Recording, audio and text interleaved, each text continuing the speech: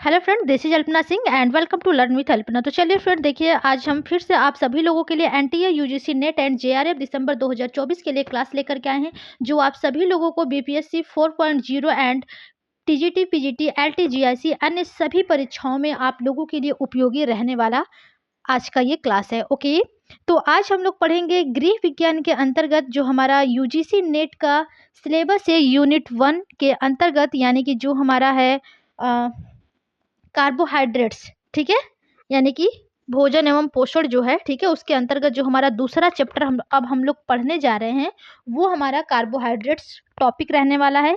और इससे रिलेटेड हम आप सभी लोगों को मोस्ट इम्पॉर्टेंट क्वेश्चंस कराएंगे। आज हमारा डे 7 होगा, यानी कि आज हमारी 7वीं क्लास होगी।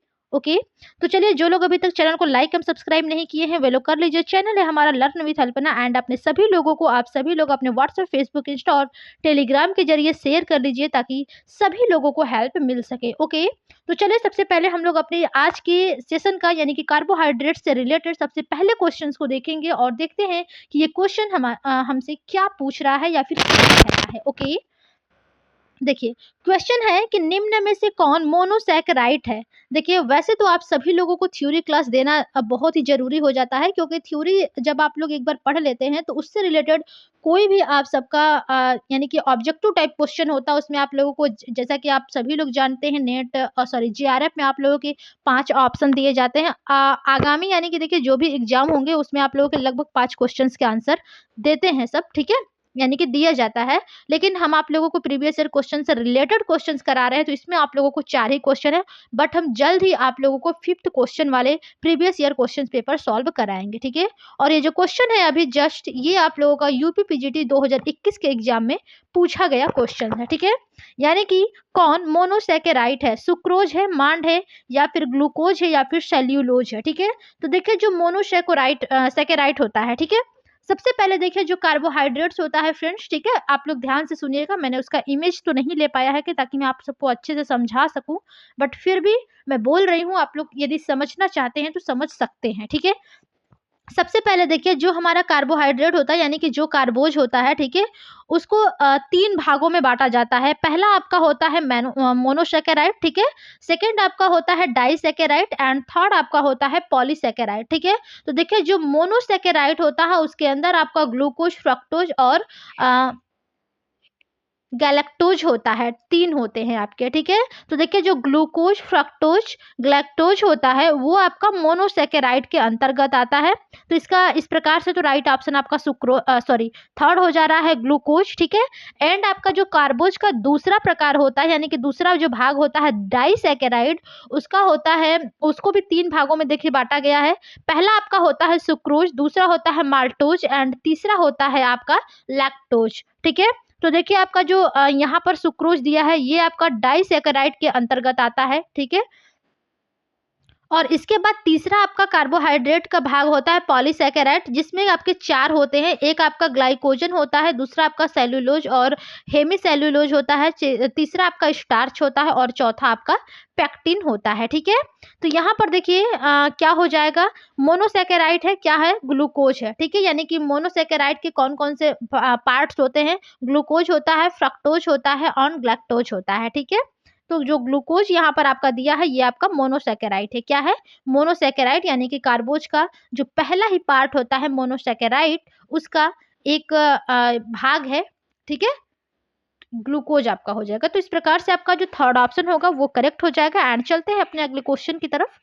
अगला क्वेश्चन है देखिए आपका कि मानव शरीर के कौन से अंग ग्लूकोज को ग्लाइकोजन के रूप में संग्रहित रखते हैं, यानी कि जो मानव शरीर के कौन से ऐसे अंग हैं जो ग्लूकोज को ग्लाइकोजन के रूप में संग्रहित रखते हैं। पहला ऑप्शन है आपका फेफड़े एवं आमाशय, सेकेंड ऑप्शन है आपका यकृत एवं मांसपेशियां, थर्ड है आमाशय एवं मांसपेशियां और फोर्थ है छोटी आंत एवं यकृत। ठीक है, अब क्वेश्चन को समझिएगा कि पूछा क्या है कि मानव शरीर के कौन से अंग ग्लूकोज को ग्लाइकोजन के रूप में संग्रहित रखते हैं। तो देखिए जो मानव शरीर का जो अंग होता है यानी कि ग्लूकोज को ग्लाइकोजन के रूप में संग्रहित करता है वो आपका यकृत और आपका मांसपेशी होता है। ठीक है, यानी कि जो रक्त में ग्लूकोज की जो अधिक मात्रा होती है फ्रेंड्स, ठीक है, अधिक मात्रा होने पर ये जो ग्लाइकोजन होता है, ठीक है, या फिर आप इसको ग्लाइकोजीन भी बोल सकते हैं, उसके रूप में ये यकृत वशीय तंतुओं में या फिर मांसपेशियों में ये जमा होता है। ठीक है, तो यहाँ पर जो राइट ऑप्शन होगा आपका ऑप्शन नंबर जो सेकंड होगा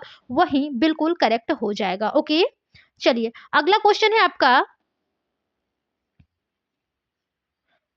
आपका कि ग्लाइकोलाइसिस प्रक्रिया में होता है। ठीक है, यानी कि जो ग्लाइकोलाइसिस प्रक्रिया होता है इसमें क्या होता है।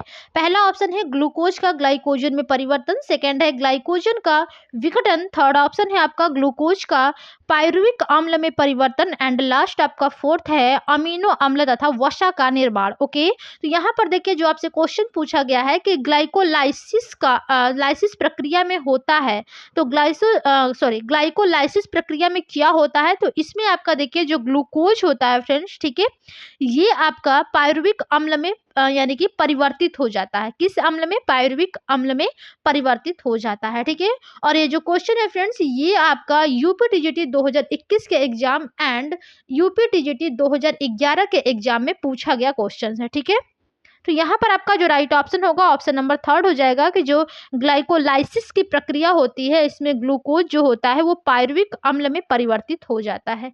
ओके, थर्ड ऑप्शन आपका करेक्ट हो जाएगा। अगला क्वेश्चन है कि लैक्टोज निम्न इकाइयों से निर्मित होता है, यानी कि जो लैक्टोज होता है वो किन किन इकाइयों से मिल करके बनता है। पहला ऑप्शन है आपका ग्लूकोज एवं ग्लूकोज, ठीक है, सेकंड है ग्लूकोज एवं गैलेक्टोज, और थर्ड है आपका फ्रक्टोज प्लस गैलेक्टोज, और फोर्थ है आपका कि गैलेक्टोज प्लस गैलेक्टोज। ठीक है, तो देखिए जो लैक्टोज होता है फ्रेंड्स वो किससे मिल करके बनता है, तो जो लैक्टोज होता है देखिए, ठीक है, वो आपका ग्लूकोज प्लस गैलेक्टोज से निर्मित होता है। ठीक है, किससे? ग्लूकोज प्लस गैलेक्टोज से निर्मित होता है क्या? लैक्टोज। ठीक है, तो सेकेंड ऑप्शन आपका यहाँ पर करेक्ट हो जाएगा। एंड चलते हैं अपने अगले क्वेश्चन की तरफ और देखते हैं क्या है। क्वेश्चन है कि निम्न में से कौन सा एक उत्तम कोलेस्ट्रॉल अंश है, यानी कि कौन सा एक उत्तम कोलेस्ट्रॉल का अंश है। पहला ऑप्शन है आपका कम density lipoprotein cholesterol, second option है आपका बहुत कम डेंसिटी लाइपोप्रोटीन, थर्ड ऑप्शन है आपका उच्च डेंसिटी लाइपोप्रोटीन, और फोर्थ है आपका ट्राइग्लिसराइड्स। ठीक है, ट्राइग्लिसराइड्स, यानी कि देखिए जो आपसे क्वेश्चन पूछा गया है कि निम्न में से कौन सा एक उत्तम कोलेस्ट्रॉल अंश है। ठीक है, तो यहाँ पर देखिए जो आपका राइट ऑप्शन बनेगा फ्रेंड्स वो आपका हो जाएगा उच्च डेंसिटी लाइपोप्रोटीन। ठीक है, यानी कि देखिए फ्रेंड जो आपका कोलेस्ट्रॉल होता है या फिर आप इसको क्या बोल सकते हैं, पित्त सांद्र मोम। ठीक है, जैसा कि आपका ये एक पदार्थ होता है जो कि आपके यकृत से उत्पन्न होता है ये। ठीक है, और ये सभी पशुओं और मनुष्यों की कोशिका झिल्ली समेत शरीर के हर भाग में पाया जाता है। ठीक है, देखिए जो आपका फ्रेंड्स कोलेस्ट्रॉल होता है ये कोशिका झिल्ली का एक महत्वपूर्ण भाग होता है जहां पर उचित मात्रा में आपको पारगम्यता और तरलता स्थापित करने में इसकी आवश्यकता होती है। ठीक है, देखिए जो कोलेस्ट्रॉल होता है फ्रेंड्स उसमें आपका उत्तम यानी कि एक उत्तम कोलेस्ट्रॉल उच्च डेंसिटी लाइपोप्रोटीन, ठीक है, यानी कि हाई डेंसिटी लाइपोप्रोटीन इसको कहा जाता है, क्योंकि देखिए ये शरीर के अन्य प्रकार के कोलेस्ट्रॉल को यानी कि जो अन्य आपके अलग से जो कोलेस्ट्रॉल होते हैं उसको क्या करता है, ये बाहर निकालता है। ठीक है, तो जो एक उत्तम कोलेस्ट्रॉल अंश होता है वो उच्च डेंसिटी लाइपोप्रोटीन होता है। ठीक है, तो यहाँ पर आपका जो थर्ड ऑप्शन होगा वही करेक्ट हो जाएगा। ओके, चलिए चलते हैं अब हम लोग अपने अगले क्वेश्चन की तरफ और देखते हैं अगला क्वेश्चन हमारा क्या है। क्वेश्चन है आपका कि शरीर के ग्लूकोज की संग्रहित अवस्था है, शरीर के ग्लूकोज की संग्रहित अवस्था है ग्लिसरॉल, ग्लाइकोजेन, गैलेक्टोज, ग्लूकागोन। ठीक है, तो देखिए जो शरीर के ग्लूकोज की संग्रहित अवस्था होती है उसको ग्लाइकोजेन कहा जाता है। क्या कहा जाता है? ग्लाइकोजेन कहा जाता है। ओके, और ये आपका आरपीएससी स्कूल लेक्चरर, ठीक है, 2013 के एग्जाम में पूछा गया क्वेश्चन है। शरीर के ग्लूकोज की संग्रहित अवस्था ग्लाइकोजेन को कहते हैं। ठीक है, चलिए अगला क्वेश्चन है आपका। क्वेश्चन है सूक्ष्म अणु जो शरीर में बहुत जल्दी अवशोषित होता है पॉलीसैकेराइड्स, सेल्यूलोज, हेमीसेल्यूलोज, मोनोसैकेराइड्स। ठीक है, अब देखिए यहाँ पर एक बार हम आप लोगों का रिवीजन करा देते हैं यहाँ पर। ठीक है, कि ठीक है, जो आपका कार्बोज होता है, ठीक है, वो 3 उसके भाग होते हैं। पहला आपका क्या होता है, मोनोसैकेराइड, जो आपका ये है वो पहला है। ठीक है, दूसरा आपका डाइसैकेराइड, जो कि इसमें नहीं दिया है ऑप्शन में, और थर्ड आपका होता है पॉलीसैकेराइड्स। ठीक है, अब हमने आपको बताया था कि जो मोनोसैकेराइड होता है उसमें ग्लूकोज, फ्रक्टोज एंड ग्लैक्टोज होता है। ठीक है, डाइसैकेराइड में आपका सुक्रोज, माल्टोज, लैक्टोज होता है। एंड आपका जो थर्ड होता है पार्ट इसका पॉलीसैकेराइड, इसमें आपका ग्लाइकोजन, सेल्यूलोज और हेमीसेल्यूलोज। ठीक है, देखिए सेल्यूलोज और हेमीसेल्यूलोज ये दोनों ही आपके किसके, पॉलीसैकेराइड के ही भाग हैं। ठीक है, स्टार्च और पेक्टिन एक होता है। ठीक है, अब यहाँ पर आपसे पूछा है क्वेश्चन थोड़ा सा अलग है। ठीक है, ये मैंने तो अभी इसके भाग बताए हैं कार्बोज के, यानी कि कार्बोहाइड्रेट के। अब हम लोग देखिए क्वेश्चन को सॉल्व करेंगे। क्वेश्चन है सूक्ष्म अणु जो शरीर में बहुत जल्दी अवशोषित होता है वो क्या है। ठीक है, तो इसका जो राइट ऑप्शन होगा फ्रेंड्स, ऑप्शन आपका फोर्थ हो जाएगा, मोनोसैकेराइड। यानी कि देखिए जो आपका सूक्ष्म अणु होता है जो कि शरीर में बहुत जल्दी अवशोषित हो जाता है, ठीक है, उसे हम लोग क्या कहते हैं, मोनोसैकेराइड कहते हैं। देखिए जो मोनोसैकेराइड होता है फ्रेंड्स, वो कार्बोज का सबसे सरलतम रूप होता है। ठीक है, और ये जो मोनोसैकेराइड होता है ये आप सभी लोग जानते हैं। ठीक है, कि 2 शब्दों से मिलकर भाई बना है, मोनो प्लस सैकेराइड। ठीक है, तो ये तो सबको पता है। बट ये आप लोग समझिएगा कि जो मोनोसैकेराइड होता है वो कार्बोहाइड्रेट्स, या फिर आप इसको कार्बोज बोल सकते हैं, कार्बोज का सबसे सरलतम रूप होता है। कौन, मोनोसैकेराइड। ठीक है, तो सूक्ष्म अणु जो शरीर में बहुत जल्दी अवशोषित होता है वो कौन है, मोनोसैकेराइड है। हाँ, यहाँ पर आपका फोर्थ ऑप्शन जो होगा वो करेक्ट हो जाएगा। एंड चलते हैं अगले क्वेश्चन की तरफ। क्वेश्चन है कि मानव शरीर में स्टार्च के पाचन के लिए सर्वाधिक उत्तरदायी एंजाइम है। यानी कि मानव शरीर में जो स्टार्च के पाचन के लिए, देखिए पॉलीसैकेराइड का एक पार्ट है। ठीक है, पाचन के लिए सर्वाधिक उत्तरदायी एंजाइम है, एमाइलेज है, या फिर फास्फेटेज है, या फिर फास्फोराइलेज है, या फिर काइनेसिस है। ठीक है, तो यहाँ पर देखिए जो क्वेश्चन किया गया है कि मानव शरीर में स्टार्च के पाचन के लिए जो सर्वाधिक उत्तरदायी एंजाइम है, ठीक है, वो क्या होता है फ्रेंड्स, तो वो आपका देखिए यहाँ पर हो जाएगा एमाइलेज। ठीक है, देखिए स्टार्च के जो पाचन में आपका एमाइलेज नामक एंजाइम होता है ये आपका सबसे अच्छा सहायक होता है। और स्टार्च जो होता है उसका पाचन यानी कि मुख्य रूप से कहाँ पर होता है, मुख तथा आपके छोटी आंत में होता है। कहाँ पर होता है, स्टार्च का पाचन 2 जगह होता है, पहला तो आपके मुंह में होता है यानी कि मुख में, और दूसरा छोटी आंत में होता है। ठीक है, चलिए फर्स्ट ऑप्शन यहाँ पर आपका करेक्ट हो जाएगा। अगले क्वेश्चन की तरफ चलते हैं। क्वेश्चन है आपका कि निम्नलिखित में से कौन सा युग्म सुमेलित है। ठीक है, maltase, lactose, amylase, protein, lipase, carbohydrate, किशमिश, कैसीन। ठीक है, अब देखिए यहाँ पर आपसे पूछा है कि कौन से युग्म जो है वो सुमेलित हैं। तो यहाँ पर तो देखिए कोई भी सुमेलित नहीं होगा, और ये आपका DSSB PGT 2018 के एग्जाम में आया है फ्रेंड्स। ठीक है, माल्टेज, लैक्टोज, एमाइलेज, प्रोटीन। ठीक है, एमाइलेज तो आपका स्टार्च का पाचन करता है। ठीक है, लाइपेज कार्बोहाइड्रेट्स, किशमिश कैसीन, यहाँ पे कुछ नहीं होगा क्योंकि यहाँ पर दिया है केवल 4, तो ये तो होना नहीं है। ठीक है, माल्टेज, लैक्टोज का ये भी नहीं होगा, ये सभी तो होगा नहीं। तो यहाँ पर आपका जो राइट ऑप्शन होगा ऑप्शन नंबर 4 हो जाएगा कि इनमें से कोई नहीं, यानी कि कोई भी युग्म जो है वो सुमेलित नहीं है। ठीक है, तो यहाँ पर आपका फोर्थ ऑप्शन करेक्ट होगा। एंड चलेंगे अपने अगले क्वेश्चन की तरफ और देखते हैं अगला क्वेश्चन हमारा क्या कहता है। क्वेश्चन है आपका कि ग्लाइकोप्रोटीन डैश कार्बोहाइड्रेट्स के एक चर संगठन सहित जैव रासायनिक दृष्टि से महत्वपूर्ण यौगिकों का समूह है। यानी कि जो आपका ग्लाइकोप्रोटीन होता है वो कितने परसेंट कार्बोहाइड्रेट्स के एक चर संगठन सहित जैव रासायनिक दृष्टि से महत्वपूर्ण यौगिकों का समूह है। पहला ऑप्शन है 1 से लेकर के 70% तक, दूसरा है आपका 1 से 80% तक, थर्ड है 1 से 90% तक, एंड लास्ट है आपका फोर्थ 1 से लेकर के 100% तक, ठीक है।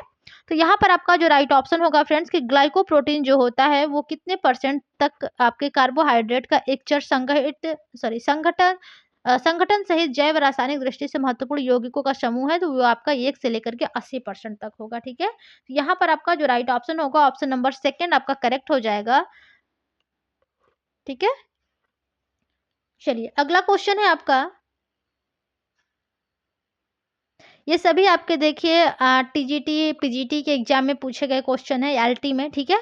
क्वेश्चन है कि माइकोपॉलीसैकेराइड, ठीक है, माइकोपॉलीसैकेराइड डैश के साथ संयोजन में प्रोटियोग्लाइकन्स के रूप में पाए जाते हैं। पहला ऑप्शन है आपका कार्बोहाइड्रेट, सेकेंड ऑप्शन है आपका प्रोटीन, थर्ड है वसा और फोर्थ है जल। अब देखिए क्वेश्चन आपसे क्या पूछा गया है कि माइकोपॉलीसैकेराइड्स किसके साथ संयोजन में प्रोटियोग्लाइकन्स, ठीक है, प्रोटियोग्लाइकन्स के रूप में पाए जाते हैं। तो ये आपका कार्बोहाइड्रेट्स हो जाएगा, ठीक है, कि पॉलीसैकेराइड्स कार्बोहाइड्रेट के साथ संयोजन में प्रोटियोग्लाइकन्स के रूप में पाए जाते हैं, ठीक है।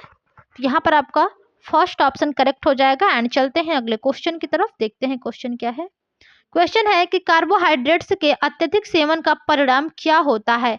रिकेट्स होता है, मोटापा होता है, अनीमिया होता है या फिर कुष्ठ रोग होता है। तो देखिए जो आपका कार्बोहाइड्रेट्स होता है उसकी अधिकता से क्या होता है, तो यहाँ पर मोटापा बढ़ता है, ठीक है। कार्बोहाइड्रेट्स का अधिक सेवन यदि आप कर रहे हैं तो आपका जो मोटापा होता है वो बढ़ जाता है, ठीक है। चलिए यहाँ पर सेकेंड ऑप्शन आपका करेक्ट था। अगला क्वेश्चन है आपका, 1 मिनट, ठीक है। क्वेश्चन है कि निम्न पर विचार कीजिए तथा नीचे दिए गए कूट की सहायता से सही उत्तर का चयन कीजिए। पहला ऑप्शन है आपका कार्बोहाइड्रेट से चयापचय पर इंसुलिन का प्रमुख प्रभाव विभिन्न उत्तकों द्वारा ग्लूकोज के प्रयोग को घटाना है। और सेकेंड पॉइंट है कि इंसुलिन का सर्वाधिक महत्वपूर्ण प्रभाव ग्लाइकोजन निर्माण की दर को घटाना है, ठीक है। अब आपको देखिए बताना है कि कूट के हिसाब से कि केवल एक सही है, केवल दो सही है, या फिर न तो एक सही है और न ही दो सही है, या फिर एक और दो दोनों ही सही है, ठीक है। अब आपको बताना है क्या होगा। तो सबसे पहले देखिए फ्रेंड्स, हम आपको बता रहे हैं कि जो आपका कार्बोहाइड्रेट्स होता है ये चयापचय पर इंसुलिन का प्रमुख प्रभाव अपनी विभिन्न उत्तकों द्वारा ग्लूकोज के प्रयोग को घटाता है, ठीक है, यानी कि घटाना है इसका कार्य, ठीक है। तो ये तो आपका बिल्कुल सही हो जाएगा, ठीक है। और दूसरा आपका है कि इंसुलिन का सर्वाधिक महत्वपूर्ण प्रभाव ग्लाइकोजन निर्माण की दर को घटाना है, जो कि बिल्कुल गलत होगा, ठीक है, ये ऐसा नहीं होता है। देखिए जो यहाँ पर राइट ऑप्शन हो जाएगा कि जो आपका कार्बोहाइड्रेट्स होता है फ्रेंड्स ये आपके चयापचय पर इंसुलिन का प्रमुख प्रभाव विभिन्न उत्तकों द्वारा ग्लूकोज के उपयोग को घटाता है, ठीक है, यानी किसके उपयोग को, ग्लूकोज के उपयोग को घटाता है ये, ठीक है। तो यहाँ पर तो आपका इस प्रकार से तो केवल राइट आपका 1 ही होगा, ठीक है, दूसरा तो गलत है। तो इस प्रकार से कूट में क्या होगा, राइट ऑप्शन आपका फर्स्ट होगा, केवल एक सही है, ओके। चलिए अगला क्वेश्चन है आपका कि टायलिन की क्रिया के द्वारा कार्बोहाइड्रेट की पाचन क्रिया की प्रक्रिया का सही क्रम दीजिए। यानी कि जो टायलिन होता है, ठीक है, उसकी क्रिया के द्वारा जो कार्बोहाइड्रेट्स का पाचन क्रिया है, ठीक है, उसकी प्रक्रिया का सही क्रम आपको देना है, नीचे कूट में आपको बताना पड़ेगा। सबसे पहला ऑप्शन है आपका, इराइथ्रो डेक्स्ट्रीन, सेकेंड ऑप्शन है आपका आइसोमाल्टोस, और थर्ड ऑप्शन है आपका बॉइल्ड स्टार्च, और फोर्थ ऑप्शन है आपका एक्रोडेक्स्ट्रीन, और फिफ्थ ऑप्शन है आपका सॉल्यूबल स्टार्च, ठीक है। अब आपको बताना है कि जो टाइलिन की क्रिया होती है उसके द्वारा कार्बोहाइड्रेट का जो पाचन होता है, ठीक है, यानी कि पाचन की जो क्रिया होती है उसकी प्रक्रिया का सही क्रम बताना है।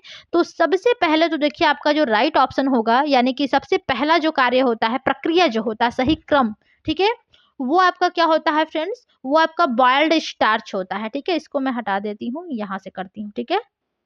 सबसे पहला आपका बॉइल्ड स्टार्च होता है, यानी कि ये आपका पहले नंबर पर आता है। इसके बाद देखिए आपका जो आएगा वो आपका सॉल्यूबल स्टार्च होता है, ठीक है, क्या होता है, सॉल्यूबल स्टार्च होता है, यानी कि सेकेंड पॉइंट पर आपका पांचवा आ जाएगा। इसके बाद आपका जो है इराइथ्रोडेक्स्ट्रीन आता है, ठीक है, इराइथ्रोडेक्स्ट्रीन आता है। उसके बाद आपका एक्रोडेक्स्ट्रीन आता है, क्या आता है, एक्रोडेक्स्ट्रीन आता है। चौथा नंबर पर आपका चौथा ही है, ठीक है। और लास्ट में आपका आइसोमाल्टोज आता है 5वें नंबर पर।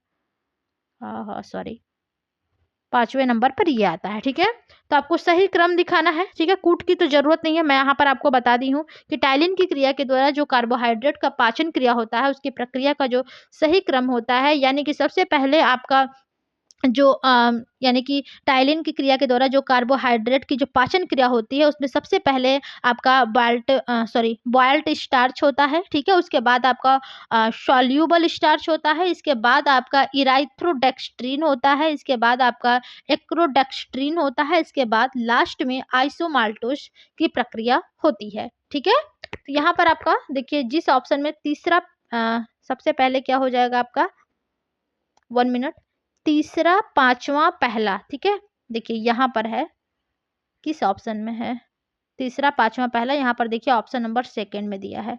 ठीक है, तो सेकंड ही आपका करेक्ट हो जाएगा।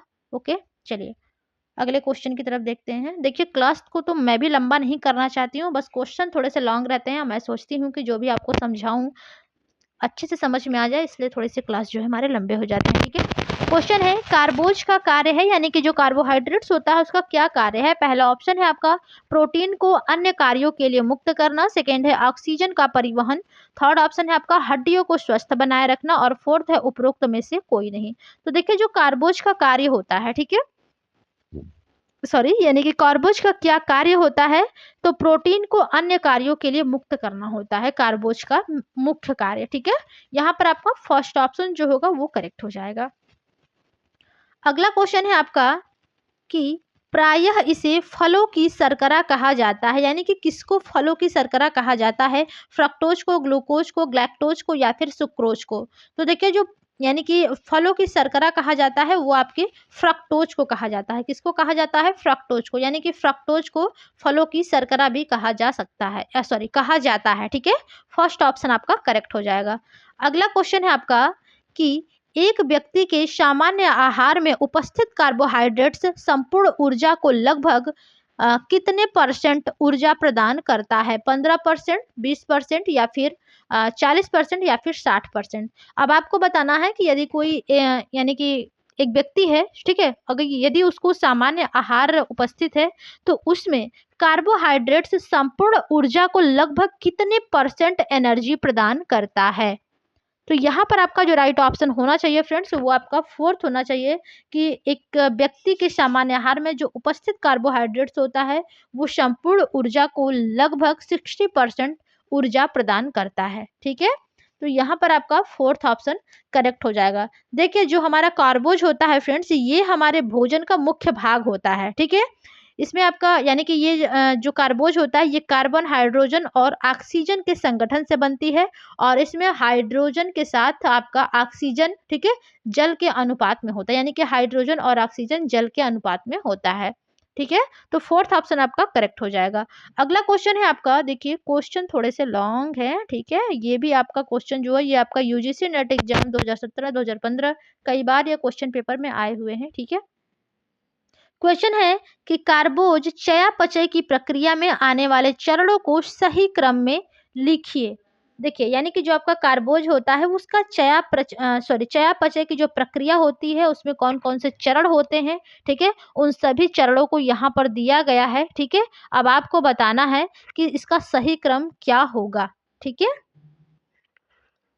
सबसे पहला देखिए आपका ग्लूकोज 6PO4 दिया है, इसके बाद ट्रायोस फॉस्फेट दिया है, थर्ड ऑप्शन फ्रक्टोज 16 बाई आपका फॉस्फेट दिया है, फोर्थ आपका ग्लाइकोजन दिया है, फिफ्थ आपका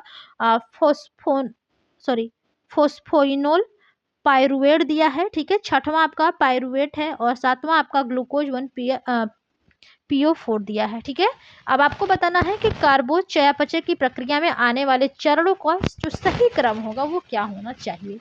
तो सबसे पहला तो देखिए फ्रेंड्स यहाँ पर आपका क्या बोलते हैं, सबसे जो सही क्रम होना चाहिए वो आपका ग्लाइकोजन होता है। ठीक है, सबसे पहला आपका ग्लाइकोजन होता है, यानी कि जो चौथा होगा ये आपका फर्स्ट नंबर पर आएगा। ठीक है, तो जो चौथा है देखिए यहाँ पर भी है, यहाँ पर भी है। इसके बाद जो दूसरे नंबर पर आता है वो आपका ग्लूकोज 1PO4 होता है। ठीक है, दूसरे नंबर पर ये आता है, अब देखिए इससे आपका जो राइट ऑप्शन होगा ये निकल के आ जाएगा। यहाँ पर राइट ऑप्शन जो होगा आपका फर्स्ट वाला करेक्ट हो जाएगा। इसके बाद आपका फर्स्ट वाला आएगा यानी कि ग्लूकोज 6 PO4, ठीक है। इसके बाद थर्ड आएगा फ्रक्टोज 1,6 आपका फोस्फेट आएगा, ठीक है, यानी कि सॉरी यहाँ पर ये तीसरा हो जाएगा, ये चौथा हो जाएगा, ठीक है। थर्ड हो गया। इसके बाद आपका दूसरा आ जाएगा ट्राइवोस फोस्फेट, ठीक है, 5वें नंबर पर ये आपका आएगा। इसके बाद आपका जो है 5वां आएगा फोस्फोइनोल पायरुवेट, ठीक है, ये आ जाएगा 6वें नंबर पर। इसके बाद 7वें नंबर आपका क्या हो जाएगा, पायरुवेट, ठीक है, 7वें नंबर पर ये आएगा। तो यहाँ पर आपका जो फर्स्ट ऑप्शन होगा वही बिल्कुल करेक्ट हो जाएगा। अभी अभी मैंने बताया ये क्वेश्चन आपके यूजीसी नेट एग्जाम में पूछा गया है 2017 और 2015 में। चलिए अगले क्वेश्चन की तरफ चलेंगे और देखते हैं अगला क्वेश्चन हमारा क्या है। क्वेश्चन है कि एक नवजात द्वारा आसानी से पाचित होने वाला मुख्य कार्बोहाइड्रेट है, यानी कि एक नवजात द्वारा आसानी से पाचित होने वाला मुख्य कार्बोहाइड्रेट क्या है। ग्लूकोज है, लैक्टोज है, फ्रक्टोज है या फिर सुक्रोज है। तो यहाँ पर जो आपका राइट ऑप्शन होगा वो आपका क्या हो जाएगा, यानी कि लैक्टोज, यानी कि जो एक नवजात बच्चा होता है वो आसानी से पाचित कर लेने वाला जो मुख्य कार्बोहाइड्रेट होता है वो लैक्टोज होता है। क्या होता है, लैक्टोज। तो यहाँ पर आपका सेकेंड ऑप्शन जो होगा वो करेक्ट हो जाएगा। ओके, अगले क्वेश्चन की तरफ चलते हैं और देखते हैं अगला क्वेश्चन हमारा क्या कहता है। क्वेश्चन है संदर्भित भोजन के साथ तुलना में पोस्ट पैरेंडियल रक्त ग्लूकोज प्रतिक्रिया पर आधारित भोजन का श्रेणीकरण डैश अधिसूचक कहलाता है। यानी कि जो आपका संदर्भित भोजन के साथ तुलना में पोस्ट पैरेंडियल रक्त ग्लूकोज प्रतिक्रिया पर आधारित भोजन का जो श्रेणीकरण होता है वो डैश यानी कि क्या अधिसूचक कहलाता है। फल कहलाता है, वनस्पति कहलाता है, दुग्ध कहलाता है या फिर ग्लाइसेमिक कहलाता है। तो इसका जो राइट ऑप्शन होगा फ्रेंड्स ये आपका ग्लाइसेमिक कहलाता है, क्योंकि देखिए जो आपका संदर्भित भोजन के साथ तुलना में पोस्ट प्रेडियल रक्त ग्लूकोज प्रतिक्रिया होती है, ठीक है, उस पर आधारित जो भोजन का श्रेणीकरण होता है वो आपका ग्लाइसेमिक अधिसूचना कहलाता है, ठीक है। इसमें आपका चीनी, जेली, ब्रेड, कॉर्नफ्लेक्स, आलू, ठीक है, ये सभी आपके उच्च ग्लाइसेमिक खाद्य पदार्थ माने जाते हैं। तो यहाँ पर आपका जो राइट ऑप्शन होगा फोर्थ वही बिल्कुल करेक्ट हो जाएगा। ओके, चलिए अगले क्वेश्चन की तरफ चलते हैं। अगला क्वेश्चन है आपका कि डैश घरेलू शर्करा के लिए वैज्ञानिक नाम है, यानी कि घरेलू शर्करा के लिए वैज्ञानिक नाम है लैक्टोज, माल्टोज, सुक्रोज या फिर डेक्सट्रोज, ठीक है। तो जो घरेलू शर्करा के लिए वैज्ञानिक नाम होता है फ्रेंड्स वो आपका सुक्रोज होता है। क्या होता है, सुक्रोज, ठीक है। देखिए जो सुक्रोज होता है ये आपका घरेलू शर्करा के लिए वैज्ञानिक नाम है। जो सुक्रोज होता है फ्रेंड्स ये मैंने बताया था आपका कि डाइसैकेराइड्स के अंतर्गत आती है, ठीक है। और जो सुक्रोज होता है वो आपका जल में घुलनशील होता है, ठीक है। यह आपका यानी कि जो सुक्रोज होता है वो आपके रवे के रूप में मिलता है आपको, ठीक है। और इसे औद्योगिक विधि से भी आप बृहद स्तर पर यानी कि बना सकते हैं, या बोल सकते हैं कि बनाया जाता है, ठीक है। तो यहाँ पर आपका थर्ड ऑप्शन करेक्ट होगा। अगला क्वेश्चन है आपका कि पौधों का प्रमुख भंडारण पॉलीसैकेराइड है, ठीक है, यानी कि पौधों का प्रमुख भंडारण पॉलीसैकेराइड है, स्टार्च, शक्कर, कार्बोहाइड्रेट्स, वसा। तो ये तो मैंने आपको बहुत पहले ही यानी कि फर्स्ट क्वेश्चन जब मैं पढ़ा रही थी तभी मैं आपको बताई हूँ, ठीक है, कि जो पॉलीसैकेराइड्स के अंतर्गत आता है वो क्या क्या आता है। तो देखिए जो यहाँ पर आपका पॉलीसैकेराइड्स की बात कही गई है, ठीक है, इसमें आपका स्टार्च आ जाएगा, ठीक है। पॉलीसैकेराइड्स में आपका सेल्यूलोज, ठीक है, और स्टार्च आते हैं, पेक्टिन आते हैं, ठीक है। और जो फर्स्ट वाला था वो आपका क्या हो जाएगा, ग्लाइकोजन हो जाएगा, हेमीसेल्यूलोज हो जाएगा, ठीक है। ये सब आपको पॉलीसैकेराइड के अंतर्गत आते हैं। तो ऑप्शन से ही पता लग जा रहा है यहाँ पर क्या हो जाएगा, स्टार्च हो जाएगा, ठीक है। चलिए अगले क्वेश्चन की तरफ चलेंगे। यहाँ पर आपका फर्स्ट ऑप्शन करेक्ट हो जाएगा। क्वेश्चन है आपका अगला, ये भी आपका कोड वाले क्वेश्चंस दिए गए हैं। क्वेश्चन है कि निम्न प्रतिक्रियाओं को सही क्रम में लगाएं जिस तरह से यह साइट्रिक अम्ल चक्र में उत्पन्न होती है। यानी कि जो आपको यहाँ पर कुछ प्रतिक्रियाएं दिए गए हैं, ठीक है, ये सभी आपके, इसको आपको सही क्रम में लगाना है जिस तरह से यह यानी कि जिस तरह से यह साइट्रिक अम्ल चक्र में उत्पन्न होती है। पहला ऑप्शन है आपका ऑक्सीग्लूटरेट, सेकेंड ऑप्शन है आपका सेकेंड पॉइंट है, ठीक है, सक्सिनाइल कोए, और थर्ड है आपका पॉइंट सिट्रेट, और लास्ट है आपका फोर्थ आइसोसिट्रेट। अब आपको इसको सही क्रम में लगाना है। तो इसको देखिए, जो क्वेश्चन आपका दिया गया है कि जो प्रतिक्रियाएं दी गई हैं उसको सही क्रम में लगाएं जिस तरह से यह साइट्रिक अम्ल चक्र में उत्पन्न होती है, यानी कि जो कि आपके साइट्रिक अम्ल के चक्र में उत्पन्न होती है। तो देखिए, जो साइट्रिक अम्ल चक्र में उत्पन्न होता है तो सबसे पहले इसमें आपका सिट्रेट आएगा। क्या आएगा? सिट्रेट आएगा, ये आपका फर्स्ट आएगा। तो देखिए, ए इसमें है फर्स्ट आपका, 1 मिनट, सी आपका जिसमें फर्स्ट होगा, ठीक है। तो सी देखिए आपका जो फर्स्ट होगा वो आपके बी ऑप्शन में है। अच्छा, बी में भी है, सी में भी है, ठीक है, इसमें भी है, इसमें भी है। इसके बाद देखिए, जो सिट्रेट होता है उसके बाद जो है आपका आइसोसिट्रेट आता है। क्या होता है? आइसोसिट्रेट आता है आपका, यहाँ पर आ जाएगा डी ऑप्शन, ठीक है। तो देखिए, यहाँ पर आपका जो बी ऑप्शन होगा वही करेक्ट होगा, क्योंकि यहाँ पर आपका डी दिया है, ठीक है। तो आपका राइट ऑप्शन जो होगा वो सेकंड जो है वो करेक्ट हो जाएगा। एंड चलते हैं अपने अगले क्वेश्चन की तरफ। इसके बाद आपका देखिए ऑक्सी ग्लूट्रेट आता है, और इसके बाद आपका सक्सिनाइल कोए आता है, ठीक है। तो सेकंड ऑप्शन तो आपका करेक्ट हो ही जा रहा है। अगला क्वेश्चन है आपका, ये भी आपके देखिए कोड वाले हैं कि ग्लाइकोजेनेसिस, ठीक है, ग्लाइकोजेनेसिस की क्रियाओं को क्रमबद्ध कीजिए। पहला पॉइंट है आपका यूडीपी ग्लूकोज, सेकंड ऑप्शन है आपका ग्लूकोज सक्सीफॉस्फेट, और थर्ड ऑप्शन है आपका ग्लूकोज, और फोर्थ है ग्लूकोज एंड फॉस्फेट, ठीक है। तो ये देखिए, आपसे क्वेश्चन पूछा गया है कि ग्लाइकोजेनेसिस की क्रियाओं को क्रमबद्ध करना है यहाँ पर आपको, ठीक है। तो सबसे पहले इसमें देखिए आपका क्या आता है। तो सबसे पहले तो यहाँ पर आपका ग्लूकोज होगा, ठीक है। क्या हो जाएगा? ग्लूकोज होगा। इसके बाद जो आपका पॉइंट आता है वो आपका ग्लूकोज 6 फॉस्फेट होता है। क्या होता है? ग्लूकोज 6 फॉस्फेट होता है। फर्स्ट पॉइंट पे ये आएगा, सेकंड पॉइंट पे आपका ये आएगा। तो आपका सबसे पहला दूसरा, यहाँ पर देखिए पहला दूसरा, वाह सॉरी सॉरी सॉरी, यहाँ पर तीसरा आएगा ना, तीसरा दूसरा, ठीक है, ये वाला। इसके बाद आपका ग्लूकोज एंड फॉस्फेट होता है, और लास्ट में आपका यूडीपी ग्लूकोज होता है, ठीक है। तो यहाँ पर आपका जो सेकेंड ऑप्शन होगा वही बिल्कुल करेक्ट हो जाएगा। ओके, चलिए अगले क्वेश्चन की तरफ चलेंगे और देखते हैं अगला क्वेश्चन क्या है। क्वेश्चन है कि स्टार्च निम्न है। अब स्टार्च क्या है आपको बताना है। मोनोसेकेराइड है, डाइसेकेराइड है, या फिर पॉलीसेकेराइड है, या फिर मोम है। तो ये मैंने पहले ही बताया था। देखिए, जो स्टार्च आता है वो आपका पॉलीसेकेराइड में आता है। पॉलीसेकेराइड में आपका होमी सेल्यूलोज, ठीक है, स्टार्च, पैक्टिन, ठीक है, ये सभी किसमें आते हैं? आपके पॉलीसेकेराइड के अंतर्गत आते हैं। तो यहाँ पर आपका जो थर्ड ऑप्शन होगा वो करेक्ट हो जाएगा, यानी कि पॉलीसेकेराइड, ठीक है। तो यहाँ पर आपका थर्ड करेक्ट होता है। एंड चलेंगे अपने अगले क्वेश्चन की तरफ और देखते हैं अगला क्वेश्चन क्या कहता है। क्वेश्चन है आपका कि भोजन में ऊर्जा का सबसे सांद्र स्रोत है। जो भोजन में सब ऊर्जा का, ठीक है, एनर्जी का सबसे सांद्र स्रोत होता है, वसा का होता है, प्रोटीन का होता है, कार्बोज का, या फिर खनिज लवण का। तो देखिए, जो भोजन में आपकी ऊर्जा यानी कि एनर्जी के लिए सबसे सांद्र स्रोत होता है वो आपका कार्बोहाइड्रेट्स का होता है, यानी कि कार्बोज का होता है, ठीक है। तो यहाँ पर आपका जो थर्ड ऑप्शन होगा वो करेक्ट हो जाएगा। एंड चलते हैं अपने अगले क्वेश्चन की तरफ और देखते हैं क्वेश्चन क्या कहता है। क्वेश्चन में है आपका कि शरीर में ऊर्जा का प्रमुख स्रोत क्या है। अभी मैंने जस्ट कुछ टाइम पहले ही आपको ये वाले क्वेश्चन सॉल्व कराए थे। क्वेश्चन पूछने का तरीका अलग था, ठीक है। तो शरीर में ऊर्जा का सबसे प्रमुख स्रोत क्या होता है? तो आपका कार्बोहाइड्रेट्स होता है, ठीक है। बाकी कुछ जानने की जरूरत ही नहीं है यहाँ पर आपका, ठीक है। सेकेंड ऑप्शन आपका करेक्ट हो जाएगा। एंड अगला क्वेश्चन है आपका कि 1 ग्राम कार्बोहाइड्रेट से पाई जाने वाली ऊर्जा है, यानी कि 1 ग्राम कार्बोहाइड्रेट से कितनी ऊर्जा पाई जाती है? 4 कैलोरी, 9 कैलोरी, 6 कैलोरी, या फिर 20 कैलोरी। तो देखिए, आपसे जो क्वेश्चन पूछा गया है कि 1 ग्राम कार्बोहाइड्रेट से पाई जाने वाली ऊर्जा है, तो आपका 4 कैलोरी होता है, क्योंकि 1 ग्राम कार्बोहाइड्रेट्स में 4 कैलोरी ऊर्जा आपको मिलती है, ठीक है। तो फर्स्ट ऑप्शन आपका करेक्ट हो जाएगा। अगला क्वेश्चन है आपका कि शरीर को तुरंत ऊर्जा प्रदान करने वाला पोषक तत्व है। शरीर को तुरंत एनर्जी देने वाला कौन सा पोषक तत्व है? प्रोटीन है, वसा है, कार्बोहाइड्रेट्स है, या फिर खनिज लवण है। तो यहाँ पर आपका जो राइट ऑप्शन होगा ऑप्शन नंबर थर्ड हो जाएगा, यानी कि कार्बोहाइड्रेट्स। जो कार्बोहाइड्रेट्स होता है फ्रेंड्स, ये आपके शरीर को तुरंत ऊर्जा प्रदान करने वाला पोषक तत्व है, ठीक है।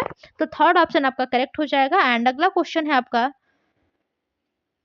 कि शर्करा को वर्गीकृत किया गया है इस रूप में, यानी कि जो आपका शर्करा है इसको वर्गीकृत किया गया है किस रूप में? विकारी खाद्य में, अर्धविकारी खाद्य में, गैर विकारी खाद्य में, या फिर सुविधाजनक विकारी खाद्य में। तो यहाँ पर जो राइट ऑप्शन होगा कि शर्करा को वर्गीकृत किया गया है, ठीक है।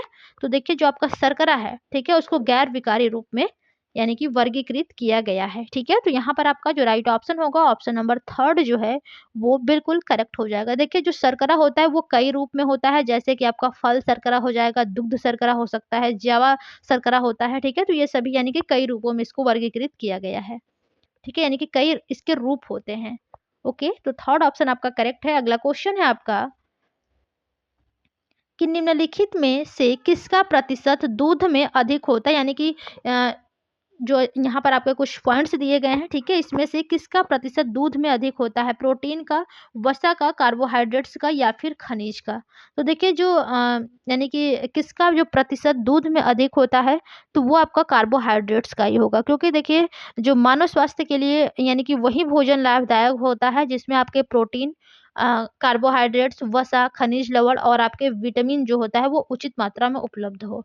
ठीक है, तो इसमें देखिए जो आपका यानी कि दुग्ध होता है, ठीक है, ये आपका संपूर्ण आहार माना जाता है। तो इसमें जो आपका जो कार्बोहाइड्रेट्स होता है फ्रेंड्स, इसमें आपका 4.6 से लेकर के 4.9, ठीक है, कितने 4.6 से लेकर के 4.9% कार्बोहाइड्रेट्स पाया जाता है इसमें। ठीक है, और इसमें जो वसा होता है ये यानी कि 3.0 से लेकर के 3.7% तक मिलता है। ठीक है, प्रोटीन आपका 3.2 से लेकर के 3.5% मिलता है। जल जो होता है वो आपका 87 पॉइंट यानी कि 87% मिलता है। ठीक है, तो ये देखिए जो यहाँ पर आपको तो जल तो दिया नहीं है, ठीक है, प्रोटीन दिया है, वसा दिया है, खनिज लवण दिया है, कार्बोहाइड्रेट्स, तो सबसे ज़्यादा आपको कार्बोहाइड्रेट्स मिलता है। ठीक है, किसमें, दूध में। तो यहाँ पर आपका जो राइट ऑप्शन होगा ऑप्शन के हिसाब से आपको जाना है। वैसे तो देखिए सबसे ज़्यादा दूध में आपको जल मिलता है, बट ऑप्शन में आपको जल दिया नहीं गया है। ठीक है, तो यहाँ पर क्या हो जाएगा, राइट ऑप्शन आपका थर्ड यानी कि कार्बोहाइड्रेट्स। ओके, चलिए अगला क्वेश्चन है आपका कि ब्रॉन किसका एक अच्छा स्रोत है, यानी कि जो ब्रॉन होता है वो किसका एक अच्छा स्रोत है, कार्बोहाइड्रेट्स और प्रोटीन का, कैसे कसैलापन और खनिज का। थर्ड ऑप्शन है आपका बी ग्रुप विटामिन और कसैलापन का, और थर्ड है कि बी ग्रुप विटामिन और प्रोटीन का। तो देखिए जो क्वेश्चन आपसे पूछा गया है कि ब्रॉन किसका एक अच्छा स्रोत है, तो ये आपके कार्बोहाइड्रेट्स और प्रोटीन का है। किसका एक अच्छा स्रोत है, कार्बोहाइड्रेट्स और प्रोटीन का। फर्स्ट ऑप्शन आपका यहाँ पर करेक्ट हो जाएगा। एंड अगले क्वेश्चन की तरफ चलेंगे और देखते हैं अगला क्वेश्चन हमारा क्या कहता है। क्वेश्चन है आपका कि मनुष्य 10 कैलोरी ऊर्जा प्राप्त करता है, यानी कि जो मनुष्य है वो 10 कैलोरी ऊर्जा प्राप्त करता है 1 ग्राम कार्बोहाइड्रेट से, 2 ग्राम कार्बोहाइड्रेट से, थर्ड है आपका 2.5 ग्राम कार्बोहाइड्रेट से, और फोर्थ है आपका चौथा 5 ग्राम कार्बोहाइड्रेट से। अभी मैंने आपको बताया कि 1 ग्राम कार्बोहाइड्रेट्स में आपको 4 यानी कि 4 कैलोरी मिलता है। ठीक है, तो यहाँ पर 10 कैलोरी की बात की गई है, तो यानी कि 4 दूना 8, 2 गुना प्लस आधा। ठीक है, तो कितना हो जाएगा, 2.5 ग्राम कार्बोहाइड्रेट से आपको 10 कैलोरी ऊर्जा प्राप्त होगा। ठीक है, तो यहाँ पर आपका क्या हो जाएगा, जो थर्ड ऑप्शन होगा वो करेक्ट हो जाएगा, यानी कि 2.5 ग्राम कार्बोहाइड्रेट से 10 कैलोरी ऊर्जा प्राप्त करता है। ठीक है, तो यहाँ पर आपका जो ऑप्शन थर्ड है वही बिल्कुल करेक्ट हो जाएगा।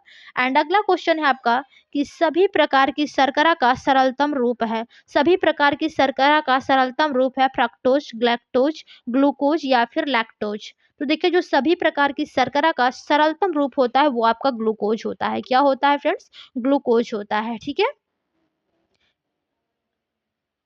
और ग्लूकोज को ही हम लोग डेक्सट्रोज भी कहते हैं। ठीक है, डेक्सट्रोज। ठीक है, ये आपके रक्त द्वारा अवशोषित होकर शरीर को शीघ्र ही आपके ऊर्जा प्रदान कर देती है। ठीक है, ग्लूकोज, इसको हम लोग डेक्सट्रोज भी कहते हैं।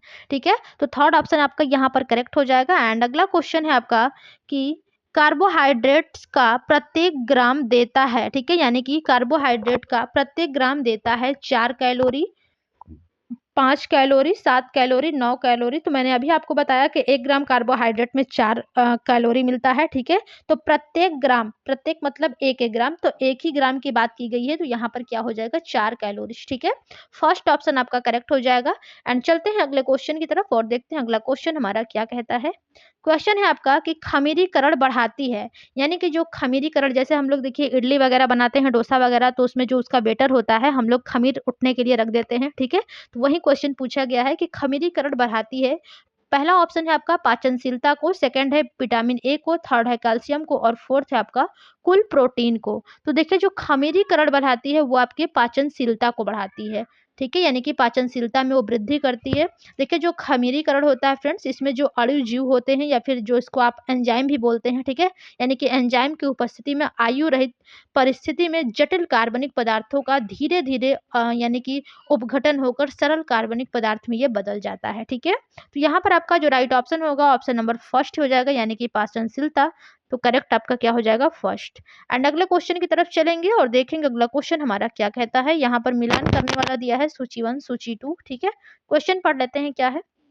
क्वेश्चन दिया है कि सूची फर्स्ट में दिए गए परीक्षणों को सूची सेकंड में दिए गए उसके रासायनिक यौगिकों से मिलाइए, ठीक है, यानी कि सूची फर्स्ट में आपके परीक्षण दिए गए हैं एंड सूची सेकंड में उसके रासायनिक यौगिक दिए गए हैं जिसका आपको मिलान करना है, ठीक है। सबसे पहला पॉइंट है आपका निनडाइड्रीन परीक्षण, ठीक है, और इसके रासायनिक यौगिक क्या होते हैं। चलिए सबसे पहले हम लोग सारे पॉइंट्स को पढ़ लेते हैं, ठीक है, उसके बाद हम लोग रासायनिक यौगिक से मिलाएंगे, ठीक है। सेकंड पॉइंट दिया है आपका 2,6, ठीक है, डाइक्लोरोफिनोल और डाइक्लोरोफिनोल इंडोफिनोल परीक्षण। और थर्ड पॉइंट है आपका यहाँ पर, यहाँ देखिए, थर्ड पॉइंट है आपका ओशाजोन परीक्षण और फोर्थ है आपका एसिड वैल्यू और फिफ्थ है आपका आयोडीन वैल्यू। तो चलिए यहाँ से हम लोग मिलान करना स्टार्ट करते हैं। सबसे पहला आपका परीक्षण दिया गया है पहला निनडाइड्रीन परीक्षण, ठीक है। तो देखिए जो निनडाइड्रीन परीक्षण होता है फ्रेंड्स, ठीक है, इसके जो रासायनिक यौगिक होते हैं, कौन से होते हैं, रासायनिक यौगिक जो होते हैं उसका मिलान रासायनिक यौगिक जो होता है उसका एमिनो एसिड होता है। क्या होता है, एमिनो एसिड। तो देखिए इसमें दिया होगा, ठीक है, एमिनो एसिड, कोलेस्ट्रॉल, वसा की असंतृप्तता, मुक्त वसा अम्ल, ठीक है, यानी कि जो चौथा है, ठीक है, निनडाइड्रीन परीक्षण जो होता है उसका जो रासायनिक यौगिक होता है, ठीक है, वो एमिनो एसिड होता है। सेकेंड आपको दिया गया है कि 2,6, ठीक है, डाइक्लोरोफिनोल इंडोफिनोल परीक्षण, इसका रासायनिक यौगिक क्या होगा, गाजर होगा या फिर रिड्यूसिंग शुगर होगा, कोलेस्ट्रॉल होगा, एमिनो एसिड तो होगा नहीं, ये फर्स्ट का है। वसा की असंतृप्तता होगा या फिर मुक्त वसा अम्ल होगा, ठीक है।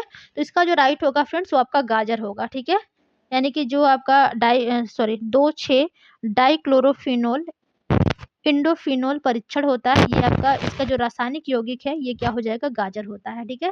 तो देखिए पहला का चौथा और दूसरा का पहला, ठीक है, पहला का चौथा और दूसरा का पहला, तो ये दोनों ही ऑप्शन में, तीसरा का हम लोगों को ढूंढना पड़ेगा, ठीक है।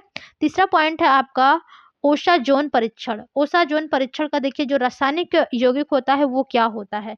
तो गाजर तो हम लोगों ने उसका मिला लिया है, ठीक है। सेकंड का है रिड्यूसिंग शुगर, ठीक है, कोलेस्ट्रॉल, वसा के असंतृप्तता या फिर मुक्त वसा अम्ल। तो इसका जो राइट ऑप्शन होगा फ्रेंड्स उसका क्या हो जाएगा, आपका रिड्यूसिंग शुगर होगा। क्या हो जाएगा, रिड्यूसिंग शुगर होगा, जो कि आपका सेकेंड ऑप्शन में दिया गया है, यानी कि तीसरा का आपका सेकेंड, ठीक है। तो यहाँ पर देखिए राइट ऑप्शन आपको मिल जाएगा, हाँ ठीक है, यहाँ पर देखिए दिया गया है, अच्छा नहीं यहाँ पर भी सेकेंड है, ठीक है, पहला में भी देखिए यहाँ पर सेकेंड है, सेम सेम ऑप्शन दिया गया है ना। अब इस बार जो चौथा है एसिड वैल्यू, ठीक है, एसिड वैल्यू का क्या होगा, कोलेस्ट्रॉल होगा या फिर वसा के असंतृप्तता होगा या फिर मुक्त वसा अम्ल होगा। तो देखिए जो आपका एसिड वैल्यू होता है, ठीक है, उसका जो रासायनिक यौगिक होता है वो आपका मुक्त वसा अम्ल होता है। क्या होता है, मुक्त वसा अम्ल होता है, यानी कि 6 पॉइंट। तो यहाँ पर आपका जो राइट ऑप्शन होगा ऑप्शन नंबर क्या हो जाएगा, फर्स्ट। एंड लास्ट आपका बचता है आयोडीन वैल्यू, वो आपका वसा के असंतृप्तता हो जाएगा, ठीक है। तो यहाँ पर आपका फर्स्ट ऑप्शन करेक्ट होगा। एंड अगला क्वेश्चन है आपका कि निम्न में से आहारीय रेशे का सर्वोत्तम साधन है, यानी कि आहारीय रेशे का सबसे सर्वोत्तम साधन क्या है। हरे मटर हैं, अनार है, ताजे खजूर है या फिर भिंडी है। तो देखिए जो आहारीय रेशे का सबसे सर्वोत्तम साधन होता है, ठीक है, वो क्या है। तो यहाँ पर जो आपका राइट ऑप्शन होगा फ्रेंड्स वो आपका हरे मटर हो जाएगा, ठीक है, यानी कि जो हरे मटर होते हैं वो आपके आहारीय रेशे के सर्वोत्तम साधन के अंतर्गत आते हैं, ठीक है। तो फर्स्ट ऑप्शन आपका करेक्ट हो जाएगा। अगला क्वेश्चन है आपका कि निम्नलिखित भोज्य पदार्थों को उनके तंतुओं के अनुसार अवरोही क्रम में लगाइए, ठीक है, आपको किसमें लगाना है, अवरोही क्रम में लगाना है। सबसे पहले हम लोग भोज्य पदार्थों को देख लेते हैं। गेहूं है, साबुत चना है, केला है, चीकू है और मेथी है, ठीक है। अब आपसे क्या बोला है कि उनके तंतुओं के अनुसार अवरोही क्रम में लगाइए, ठीक है। अब यहाँ पर हम लोग देखेंगे यानी कि अवरोही क्रम से क्या मतलब होता है, यानी कि बढ़ते हुए क्रम में। ठीक है, तो सबसे पहले तो देखिए, सॉरी, अवरोही क्रम दिया है ना। हाँ ठीक है, अवरोही क्रम, चलिए ठीक है।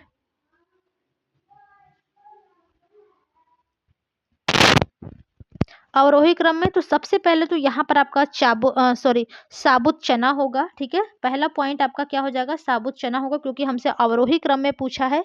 इसके बाद सेकेंड पॉइंट आपका क्या आ जाएगा, तो यहाँ पर सेकेंड में आपका गेहूं आ जाएगा। ठीक है, उसके बाद आपका चीकू आना चाहिए, हाँ चीकू है ना, चीकू आएगा थर्ड पॉइंट में। तो आपका दूसरा, पहला, चौथा, देखिए दूसरा, पहला और, अच्छा दूसरा, पहला, चौथा हो गया, इसमें भी दिया है और इसमें भी दिया है। ठीक है, इसके बाद केला आएगा या फिर मेथी आएगा, तो इसके बाद आपका मेथी आता है। ठीक है, इसके बाद आपका 5वें नंबर पर केला आता है। ठीक है, तो यहाँ पर आपका दूसरा, पहला, चौथा, पांचवा। ठीक है, दूसरा, पहला, चौथा, पांचवा, यहाँ पर देखिए फोर्थ ऑप्शन आपका करेक्ट होगा। कौन सा होगा फ्रेंड्स, तो फोर्थ ऑप्शन, दूसरा, पहला, चौथा, पांचवा और केला लास्ट में है तीसरा। ठीक है, और यहाँ पर भोज्य पदार्थों को उनके तंतुओं के अनुसार दिया गया है अवरोही क्रम में लगाने के लिए। ठीक है, तो आपका first option, sorry fourth option जो होगा वो करेक्ट हो जाएगा। एंड चलते हैं अगले क्वेश्चन की तरफ और देखते हैं क्या है क्वेश्चन। क्वेश्चन है कि निम्नलिखित खाद्य पदार्थों के ग्लिसेमिक इंडेक्स 50% से कम है। पहला ऑप्शन है सोयाबीन, मैदे के ब्रेड, यानी कि मैदे की ब्रेड, थर्ड है सेब, और फोर्थ है उबले चावल, और फिफ्थ है आपका मेथी। यानी कि आपको बताना है कि किस खाद्य पदार्थ के ग्लिसेमिक इंडेक्स 50% से कम है। ठीक है, तो सबसे पहले तो देखिए फ्रेंड्स, जो आपके यानी कि जो 50% से कम होते हैं ग्लिसेमिक इंडेक्स, ठीक है, वो आपके सोयाबीन में होते हैं, मेथी में होते हैं, ठीक है, सेब में होते हैं। ठीक है, तो इन सभी जो खाद्य पदार्थ होते हैं उसमें आपके कम होते हैं। तो यहाँ पर आपका दिया ही गया है। ठीक है, सोयाबीन, ठीक है, पहला ही ऑप्शन दिया है सोयाबीन, सेब, मेथी। देखिए सोयाबीन यहाँ पर है, ठीक है, ये है, और सेब है और मेथी है। ठीक है, यानी कि पहला, तीसरा और पांचवा। ठीक है, ऑप्शन में आपको दिया गया होगा यहाँ पर पहला, तीसरा और पांचवा। देखिए फोर्थ ऑप्शन में दिया गया है यहाँ पर। ठीक है, तो राइट ऑप्शन क्या हो जाएगा, option number fourth correct. Okay, अगले क्वेश्चन की तरफ चलते हैं और अगला क्वेश्चन है हमारा कि इनमें से कौन सा अधिक ग्लिसेमिक सूचकांक आहार है। पहला ऑप्शन है आपका कॉर्नफ्लेक्स, सेकेंड ऑप्शन है आपका राजमा, थर्ड है सेब और फोर्थ है आपका ओट्स। तो देखिए जो आपसे क्वेश्चन पूछा गया है कि कौन सा अधिक ग्लिसेमिक सूचकांक आहार है, तो यहाँ पर आपका जो राइट ऑप्शन होगा, ऑप्शन नंबर आपका फर्स्ट होगा कॉर्नफ्लेक्स। ठीक है, जो आपका कॉर्नफ्लेक्स होता है वो ग्लिसेमिक सूचकांक आहार है। ठीक है, और ये जो क्वेश्चन है फ्रेंड्स, ये आपका DSSB TGT 2014 के एग्जाम में पूछा गया क्वेश्चन है। तो यहाँ पर आपका फर्स्ट ऑप्शन जो होगा वो करेक्ट हो जाएगा। एंड चलते हैं अगले क्वेश्चन की तरफ और देखते हैं अगला क्वेश्चन हमारा क्या कहता है।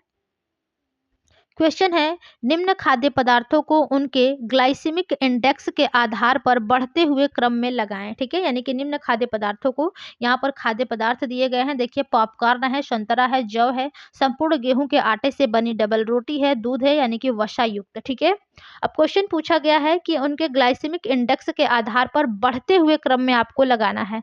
तो सबसे ज्यादा जिसमें आपको ग्लाइसेमिक इंडेक्स मिलता है, ठीक है, वो आपका जौ होगा। ठीक है, सबसे ज्यादा किसमें मिलता है, आपके जौ में मिलते हैं। तो फर्स्ट ऑप्शन आपका जौ होगा यानी कि सी। तो यहाँ पर देखिए सी केवल थर्ड ऑप्शन में ही है, तो यहाँ पर जाहिर सी बात है कि आपका थर्ड ही ऑप्शन करेक्ट हो जाएगा। ठीक है, इसके बाद आपका दूध में मिलता है, ठीक है, उसके बाद आपको संतरा में मिलता है, उसके बाद पॉपकॉर्न में मिलते हैं, और सबसे लास्ट में आपके संपूर्ण गेहूं के आटे से बनी डबल रोटी में आपको मिलते हैं। ठीक है, क्या मिलता है, ग्लाइसेमिक इंडेक्स, इसी के आधार पर आपको लगाना था। ठीक है, तो यहाँ पर थर्ड ऑप्शन जो होगा वो करेक्ट हो जाएगा। एंड चलते हैं आज के अपने सबसे लास्ट क्वेश्चन की तरफ, कार्बोहाइड्रेट से रिलेटेड। ठीक है, क्वेश्चन है कि पॉलीसैकेराइड्स से निम्न शर्करा आती है। अब देखिए हमने आपको पहले ही बताया है कि पॉलीसैकेराइड्स में क्या क्या होता है, ग्लाइकोजन होता है, सेल्यूलोज होता है, हेमी सेल्यूलोज होता है, स्टार्च होता है, पेक्टिन होता है। ठीक है, ये तीनों ही ऑप्शन दिया गया है। ठीक है, केवल इसमें क्या नहीं दिया है, सेल्यूलोज नहीं दिया है और हेमी सेल्यूलोज नहीं दिया है। ठीक है, तो यहाँ पर आपका जो राइट ऑप्शन हो जाएगा, ऑप्शन नंबर फोर्थ जो होगा वो करेक्ट हो जाएगा। ओके, तो चलिए आज की क्लास के में जो हमारे क्वेश्चन थे कार्बोहाइड्रेट हाइड्रेट से रिलेटेड वो ख़त्म होते हैं और जो लोग अभी तक चैनल को लाइक एवं सब्सक्राइब नहीं किए हैं, वो लोग कर लीजिए। चैनल है आपका लर्न विथ अल्पना एंड अपने सभी दोस्तों को आप सभी लोग अपने व्हाट्सएप, फेसबुक, इंस्टा और टेलीग्राम के ज़रिए शेयर करिए ताकि सभी लोगों को हेल्प मिल सके। ओके, तो चलिए आज की क्लास में बस इतना ही, मिलते हैं अपने अगली क्लास में यानी कि कल, तब तक के लिए धन्यवाद, बाय बाय।